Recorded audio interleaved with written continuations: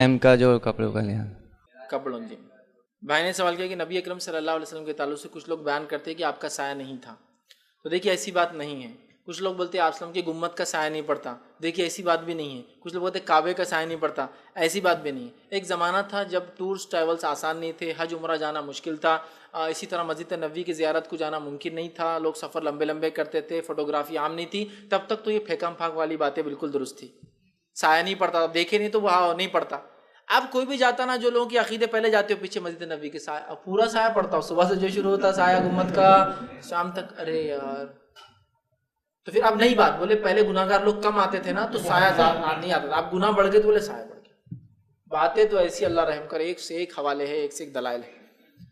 اب تو پول کھل گئی نا پوری. کعبے کا سایہ بھی آپ کو دکھتا ہے، آپ مدینے کا سایہ بھی دیکھ سکتے ہیں. نبی اکرم صلی اللہ علیہ وسلم بشر تھے، انسان تھے، اور انسان ہونے کے ناطے آپ انہی اجزاء، انہی چیزوں سے بنے تھے جس سے انسان بنتے ہیں. جس کا تقاضا یہ تھا، آپ کوئی نور نہیں تھے کہ روشنی پاس ہو جائے یا ٹرانسپیرنٹ نہیں تھے، جس کا تقاضا یہ تھا کہ آپ صلی اللہ علیہ وسلم کا سایہ پڑتا تھا. جس کے تعلق روایتیں مائی عائشہ رضی اللہ عنہا نے ایک مرتبہ اپنی ایک بہن کو، مطلب آپ کی دوسری بیوی کو، ایک مرتبہ طنز مارنے کے لیے کہا. وہ یہودن حضرت صفیہ رضی اللہ عنہا کو آپ نے چڑ میں اور تھوڑا سا جو ہے ناراضگی کا اظہار کرنے کے لیے کہا وہ یہودن.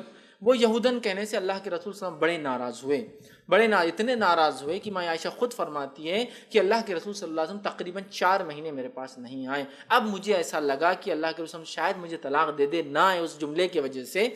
تو انہوں نے کیا کیا، اپنی کھاٹ جو ہے آپ جس پہ لیٹتے تھے اٹھا کر بازو رکھ دی، روایت میں آتا. اور ان کی بھائی عبد الرحمن روز آیا کرتے تھے دوپہر کے وقت. وہ کہتی ہے ایک مرتبہ میں بیٹھی تھی اپنے گھر میں اور سامنے سے ایک سایہ آنے لگا، لیکن وہ سایہ عبد الرحمن کا نہیں تھا، چونکہ میں سایہ سے پہچانتی تھی عبد الرحمن کیسے دکھتے ہیں.